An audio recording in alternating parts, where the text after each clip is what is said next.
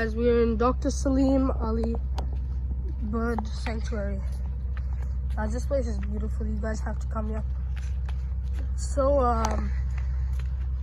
desert that you literally have to take a ferry from mainland Tanzania and go here. It's lovely, guys. Definitely come here if you do have the chance. They give you little insights into bird life here.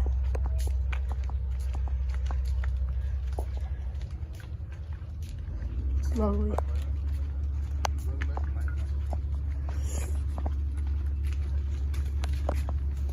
They give you little boards of information, all this stuff.